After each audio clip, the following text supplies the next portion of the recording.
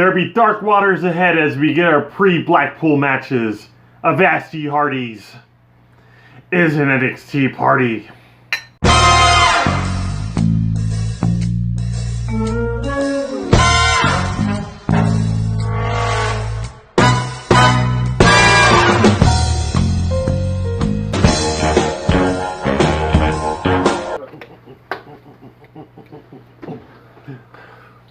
Rubber baby buggy bumpers.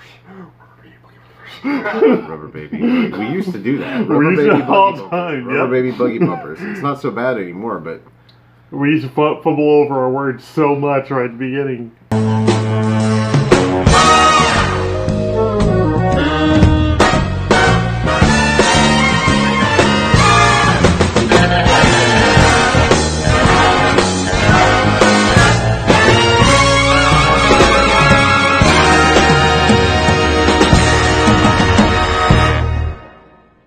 welcome everybody to the NXT party for episode number 78 of NXT UK. I'm your host, the Rated R reviewer, Stefan Osborne, joined as always by the General, Jerry Slaughter. Good morning, wrestling fans.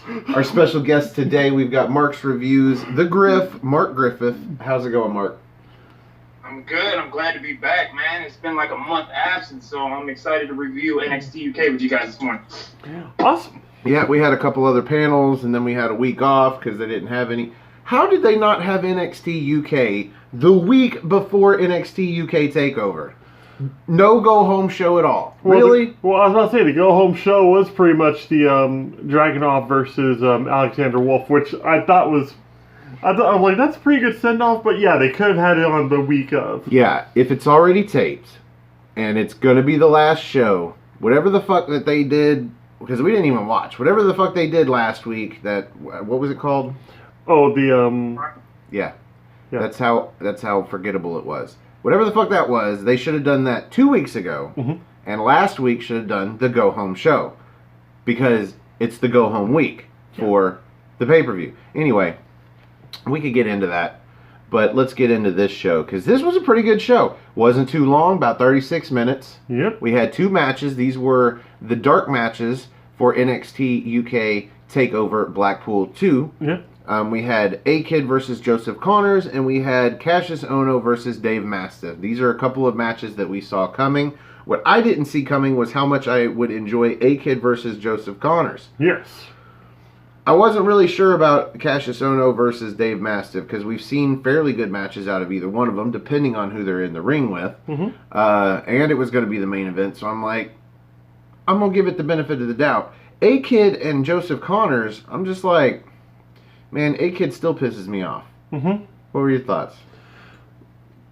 Joseph Connors, anytime he's in the ring, is always going to be a great match. He's always going to show us something different or something new with each thing he does. And A-Kid, this was his time to, try to impress us, which, I'm going to say it, he mildly did this time. I'm not going to say he was over the top or anything, but he had a couple of great reversals and a moonsault that I was waiting for him to come back on the screen from, on the outside. So I was actually entertained by this match. I didn't think it was going to be you're more enthralled, I think, with Joseph Connors' shirt. He's got his own shirt now. Yeah. Takeover worthy. And it's garbage. It's ugly. But I want it. I want to buy a shirt. I want to support Joseph Connors in the endeavor of being a bigger star. Because I believe he should be a bigger star. Yeah. He just doesn't look it. He looks so bland. Did you see A-Kid coming out on top of this one, Mark? Or was it Joseph Connors all the way? I was actually split. I was torn because I didn't know which route they were going to go. I know they want to push A-Kid, but I know at the same time, I mean, you know what Connors brings. He reminds me of a young Drew McIntyre, honestly, and he can definitely work. And as soon as I seen that both of these matches were they were the dark matches of Blackpool, I just knew that the quality of matches were going to be through the roof. So I was definitely excited as soon as I seen that these two matches were announced when I first started the show. Yeah. So I said this 2 weeks ago when we got the A-Kid interview where Joseph Connors interrupts, and we knew we were going to get this match. there is no point in Joseph Connors winning that triple threat match with Ligero and Travis Banks if you're not going to continue to push him. So, I was not surprised Joseph Connors won. I kind of also wouldn't have been surprised if he'd lost either. Yeah. If A-Kid had won, because for somebody coming in new, he's gotten a fairly good push. Because we've got guys like Tyler Bate just getting the rub. Well, that, but we've also got guys that have come in new, like what's the guy from Ghana? Oliver. When him and Ashton Smith finally got a win as a tag team, and it was the first win for both their asses. You know, we've had guys that have come in and not gotten a push at all. No. You know, they're just new fodder for other guys that need pushes. So I wouldn't have been surprised if A-Kid won either, but I got a lot of notes. So Connor's new move, this sliding face plant into the turnbuckle. It kind of looks like he's setting up for a Jericho-style bulldog where he just grabs the back of the head, but he slides under the bottom rope in the corner, and he face plants him, boom, right into the turnbuckle. That was cool. And then follows that up with that slingshot bulldog we've seen as of late. Gets a near fall. He hits a sit-out scoop slam. And I only mention that because nobody fucking does that anymore, because it's too close to a Michinoku driver without it being a Michinoku driver. But yeah, sit-out scoop slam, just really easy, right into a pin if you want. A lot easier for him to say. I couldn't get those words out. It's an SOSS, a sauce. A sauce. He hit him with the sauce. He hit him hard with the sauce. Sit-out scoop slam. See, Connors hits he pulls A-Kid into the ropes, neck first. So he grabs the upper hand, but he uses it by trying to do the slingshot bulldog again, and instead of hitting it, he catches a super kick to the face. And then A-Kid hits a moonsault off the top rope to the outside, the one Jerry was talking about earlier, but then gets back in the ring and tries to go for a crossbody off the top rope, and Connors catches him, and he goes for the don't look down, but A-Kid counters that into a fruit roll-up, gets a near fall. And then somehow does this wily little shit on his back, and then ends up with this ugly-ass crucifix bomb for a near fall. Like a crucifix bomb, but when he dropped, Connors landed on him. So if anything, he took the brunt of everything. But whatever. Connors hits a quick catching backbreaker, which looks like a signature move. But he didn't execute it right. Like he caught him and hit the backbreaker at the exact same time, so it doesn't really look like a move. Once he eases into that move, I think it's going to be pretty cool. Follows that up with a belly-to-back into a face buster. Belly-to-back suplex, he turns around mid-moves and drops him with an X-Factor style face buster. And that was awesome. That was one of those what the hell was that moment. He followed that right up with that inverted, it's almost like a natural selection, where instead of going from the back and snapping over to plant the face, he goes from the front and snaps over to snap the neck back. And he goes for a pinfall right after that, which I'm like, pick him up for the don't look down. But no, he gets a near fall. And then, again, A-Kid comes back and they trade off a little bit, but A-Kid goes for a backslide, and Joseph Connors back kicks his knee, which had previously been sort of tweaked off that moonsault to the outside, and off the back kick to the knee, picks him right up into the don't look down. 1, 2, 3. This time he didn't yell, don't look down. No shouting, don't look down. No telegraphing the move this time. That's what got the roll up last time. So, 1, 2, 3, Joseph Connors. And thank God, man. Yeah. What a wasted push that would have been if he'd have lost to A-Kid. At the end of that match, I had realized it, but he's missing half of his ear. Like Foley style. Like this whole part right here is gone. Yeah, reminds me of my grandpa's ear. Who I found out a few weeks ago used to be a wrestler. Wow. And I was like, oh, so an amateur? Nope. Used to be a pro wrestler. Awesome. Never knew that. Wow. Don't know why it took that long for me to find that out, but sure. Yeah, he's missing half his ear too. Same spot. Same ear, I think. So after the match, we get an exclusive with Trent Seven in the backstage as Eddie Dennis approaches him and just starts like taunting him. You lost. Yeah. I beat and you. Trent Seven wants a piece of his ass for throwing him over the top rope to the outside. If you guys watch the opening credits, they have like this beautiful montage of like NXT TakeOver Blackpool 2, and they have a different angle of when Trent Seven gets thrown over the top rope. Squashes that dude. And you can see the cameraman's head like smash into the barricade, just side of the head to the top of the barricade. He just gets squashed into the barricade, basically. Mashed potatoes. I'd be pissed too, but at the same time, 'twas a match, man. I mean, can't get too pissed. He looks like a psycho when he comes out, and you expect him not to throw you over the top rope when the ref's like, hey, I'm not going to let you use that turnbuckle. Anyway, so we got that video recap and at the beginning of the show, but we got an epic video recap of everything Blackpool, honestly. Like, this was a really good one. I didn't mention it because I don't usually mention the video recaps because we've already seen the shit. Yeah. But I'm glad you brought that up because it was really good. Basically, there's a bunch of refs back there for no reason keeping Trent Seven away from Eddie Dennis. Yeah. Of course, Eddie Dennis doesn't need refs. He's not going at. He won the match. He's got nothing to prove. After this, we get an announcement next week. Imperium Speak Out. Possibly in English. Yeah, because at the end of that video recap, they showed Undisputed Era not only attacking Imperium, but they actually showed some video footage of them coming through the crowd. Yep. And people starting to realize that they were there. Because I guess this was a big secret. It was. I actually watched an interview with Triple H, and he had spoken about like how the fans here are just super courteous. Some of them no doubt saw that Undisputed Era was there, but they kept their mouths shut because they didn't want to ruin it for anybody else. Yep. So next week, Imperium Speaks Out, and Dragunov will be wrestling next week. So get some momentum probably. He'll probably get a win here, get some momentum going into Finn Balor. That way he loses to Finn Balor at Worlds Collide, yeah.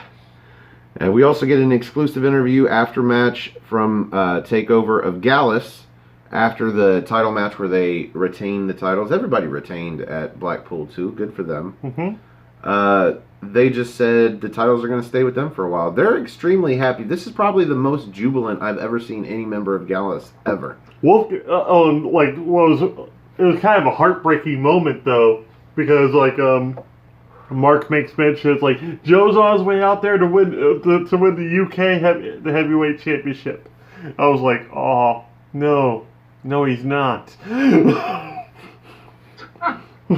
After that, we get a video recap and sort of the promo from Jenny and Jazzy Gabbert. They show a few weeks ago where Jazzy Gabbert pretty much cost Jenny, and then like the next week when they did a promo where Jenny said everything's fine, but when Jazzy Gabbert said everything's fine and touched her arm, she's like, oh, you bitch. And then like the next week where Jenny had a match and she won the match, but after the match she had Jazzy Gabbert clothesline the local chick with no name twice, and then wouldn't do it the third time and walked out on her.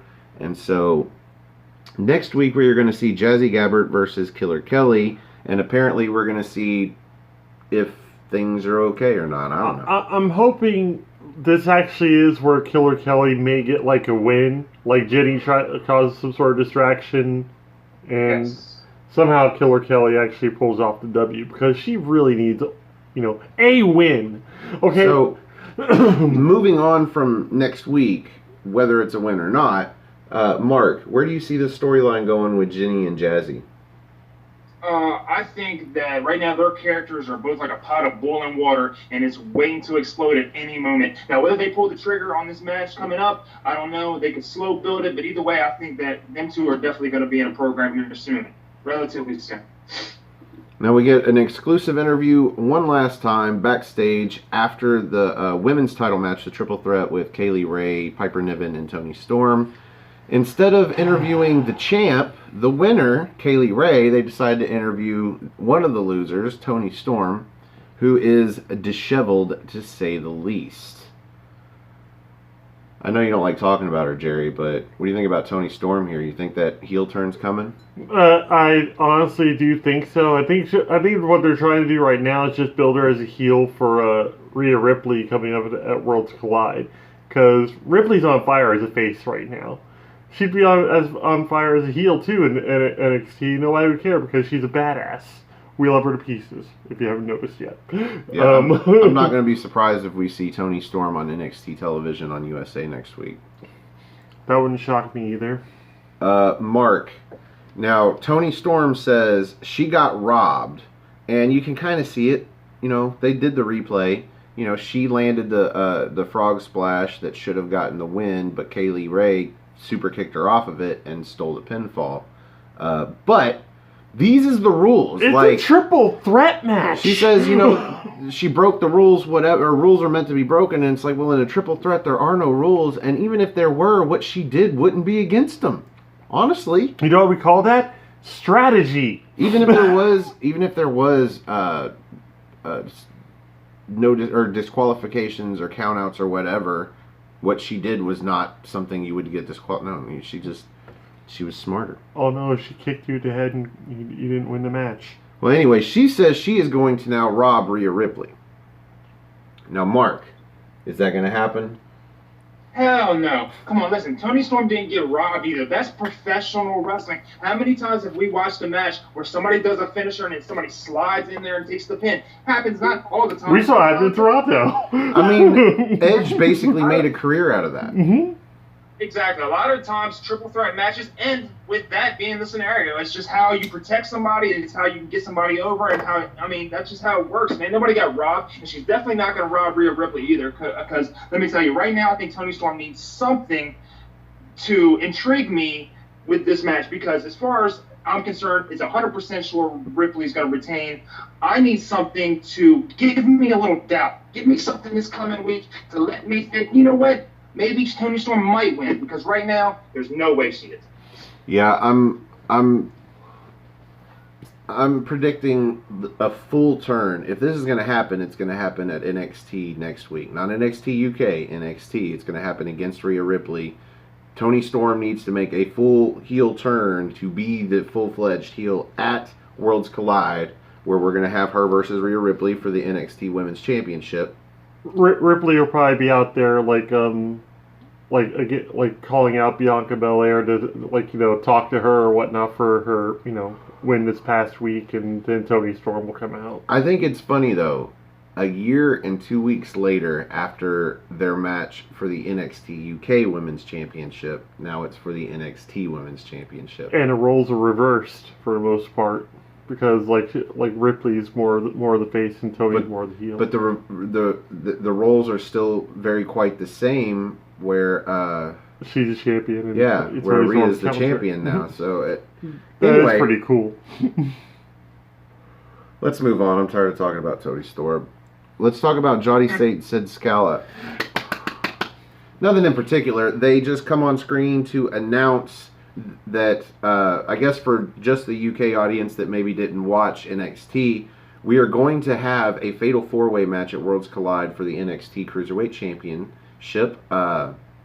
We had Lio Rush and Isaiah Swerve Scott and Tyler Breeze face in a triple threat match where Swerve got the nod. So Swerve is going to join the champ, which is Angel Garza, as the NXT participants, and the NXT UK participants are going to be determined next week. We have two matches, Jordan Devlin versus Ligero, and Travis Banks versus the Brian Kendrick. Yep.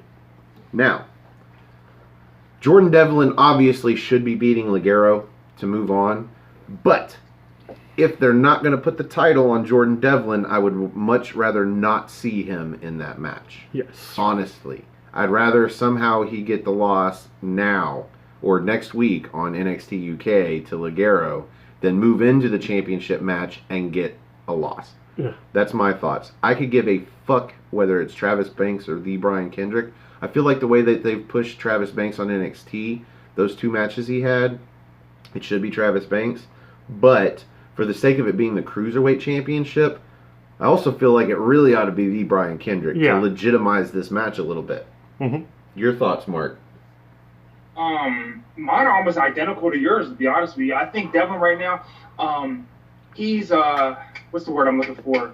He's developed into a main status tier. He's no longer in that mid card tier. So like, no, he's not. You, I don't want to see him win at all. You know what I mean? Because if he wins, he's gonna be in that match fighting for, you know, a mid card title. Man, he needs to be in the main title picture, and he's on the path. And like I said, I know he lost to Bate, but you know what?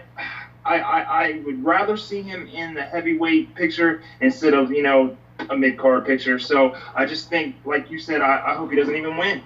Well, I disagree on why. Like, I'm fine with him winning the mid-card title. Yeah. Especially if he gets to bring the Cruiserweight Championship to NXT UK, and NXT UK finally have a mid-card championship. I'm just saying, if they're not going to put the Cruiserweight title on Jordan Devlin, don't even put him in the match. Yeah. I don't want him to be in the Cruiserweight Championship match and lose, as opposed to just not being in it at all. I think that's more of a discredit to his recent hot streak than just a loss here, a quick loss to Ligero. Yeah.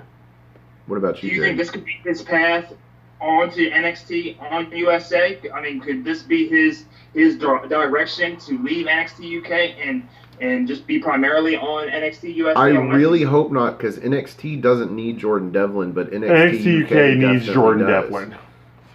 And I think this is where he belongs until he's ready for the main roster in a couple of years, maybe. You think about it, there's not really a better heel in NXT UK than Jordan Devlin.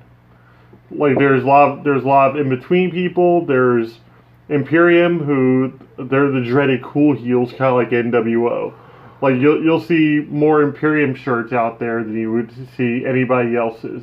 Well, I feel like they're finally on a good path to putting Eddie Dennis in that role, but it's still a ways away. But the thing is with Eddie Dennis is he could be the biggest heel in the company right now, but he can't stop getting injured. I think the injuries have been good for him, because it took a couple of injuries for them to finally settle on a decent role for him and a decent gimmick. Because I don't think the one he came back with last time was any good either. But I like the idea of one of the guys from the NXT UK winning the Cruiserweight Championship just for that reason. For not only for them to have a mid-card title, but the uncertainty if they'll be on NXT television that week or just NXT UK. Or both. Or both. So you see two title defenses in that same week. Granted, like, you know, the NXT UK stuff's already happened, like, you know, 2 weeks prior. But I'm not sure how that's going to work out with the new title, with the title, but... Well, we are on to the main event, as previously stated. Cassius Ohno versus Dave Mastiff. I paused it because I was curious. When Cassius Ohno came out, we had less than 10 minutes to go on this show. Now, my note is that for once, we know who it is that cannot hold more than a 10-minute match. And again, for once, it's not Cassius Ohno. We know this motherfucker's ready for a 20-minute clinic. And Dave Mastiff's probably like, whoa, let's cut that in half, motherfucker. I ain't got that kind of cardio. Cassius Ohno, he carried this fucking match, dude. There until the end with the two big power moves, he carried this fucking match. And it was only fun to watch because of Cassius Ohno. Before I break it down, Mark, your thoughts on the main event? Man, I love Dave Mastiff anyway, man. I just wish they could get behind him even more than they already are right now. You know what I mean? Start using him on USA. I mean, who would not love to see Dave Mastiff versus Keith Lee right now? Are you serious?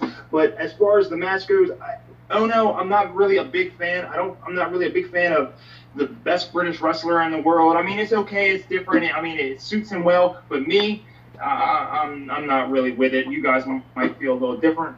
But the match was what I expected, and I'll let you talk about how it ended up. But I guarantee we think differently about Ohno, because we were introduced to Ohno on NXT over a year ago, and we saw the Ohno that was basically the wrestling depression.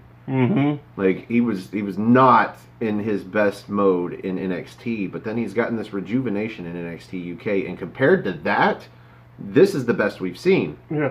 Like we were at that point where, like a lot of people, we were thinking, okay, this is the end of his career. He's gonna start. He's gonna go to the performance center. He's gonna train people because he is not winning matches anymore. But then he made the trip over to NXT UK and has just been. I don't know how to say. He's been on a tear. He's had a couple losses here and there, but even then, I think he pushed Walter closer to the limit than some of these other guys actually did. And that match was super impressive. But that's the beauty of Cassius Ohno. He is a ring general, if I can go ahead and use that term too. He can make any match or any person in that match look great. It could be a hardcore match. He can do that. Was in IWA Mid-South for the longest time. Ring of Honor, he can wrestle 60-minute iron matches. Pro Wrestling Guerrilla, he did some comedy matches too. The guy cannot fail, really, when it comes to matches. He always puts on good ones, short of the British Crowns one. The best example of this is toward the beginning of the match. They had a lockup, a double-handed lockup, and Cassius Ohno made this interesting because of the way he sold it, and the way he got out of it with a headbutt to the chest. Yeah. I mean, he ran this whole match. The first interesting thing, it's not even really a high spot, just a cool spot. Mastiff is on the apron, he's on the inside of the ring, just on the other side of the ropes, and they're kind of locked up a little bit. But he grabs the shoulder strap from Mastiff's and he wardrobe malfunctions him on purpose. Brings the strap down to trap his arm, and then runs his shoulder into the turnbuckle. He catches Mastiff's first into the void attempt, catches it mid-jump, yep, and holds him down for a pinfall attempt. Only gets a near fall out of it, but it's the first time anybody's ever countered the move, and I didn't even think it could be countered other than dodging out of the way.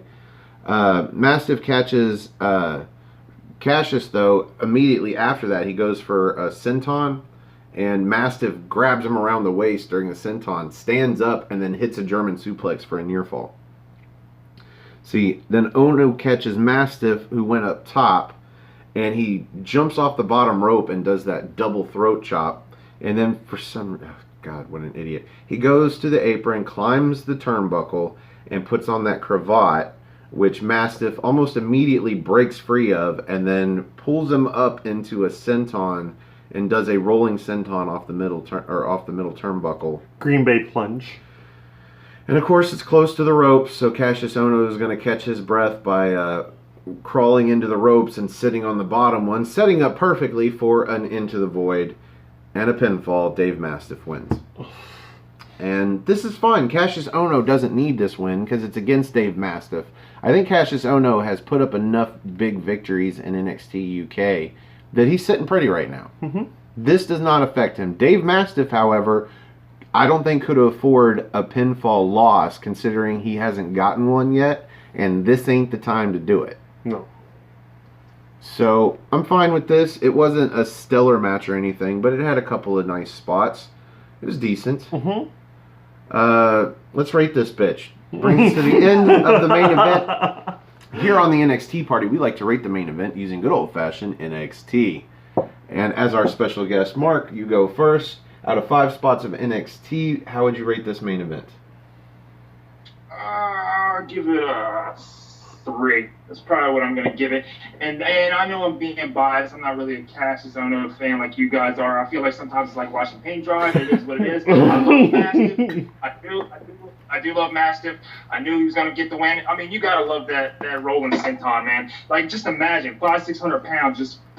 I couldn't even imagine. I couldn't we watched it again, and he landed, I'm going to say, awkwardly.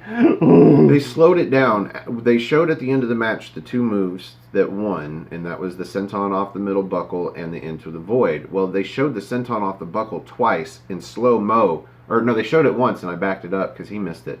And when he lands, Mastiff is vertical when his weight lands on Cassius Ohno. So all of his weight goes straight down his spine right into Cassius's sternum. And then he does Into the Void, putting all of his weight again into Cassius Ohno's sternum. So I wouldn't be surprised if Ohno's got cracked ribs right now. Mm-hmm. Wouldn't be surprised in the least. So you're going with a 3. Jerry, how many spots?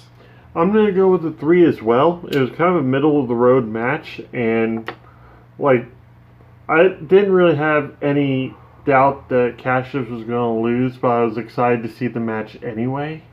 Like you've seen me when it comes to these kind of things. I can usually tell, like, you know, how a match is going to end, but I want to see it build up to that point. And Cassius showed up, put on an awesome match, made Mastiff look good.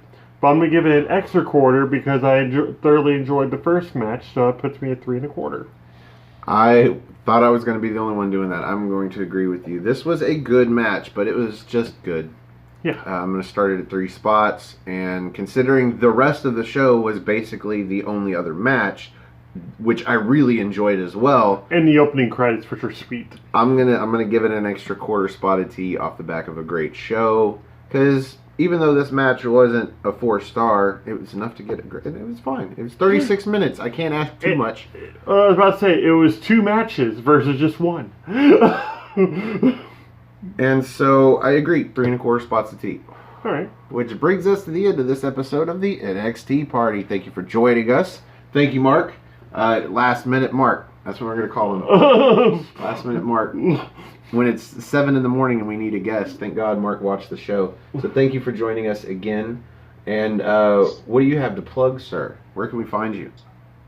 You can find me on my YouTube channel, Marsh Reviews. Of course, I got the show with Holiday Christopher Mace, the NWA Power, and I also got the new show, The Hot Seat. You can also find me on Facebook, on Ashley Reynolds, Hunter Reynolds, or Mark Griffith. Either way, we all love wrestling, and I appreciate you guys having me on.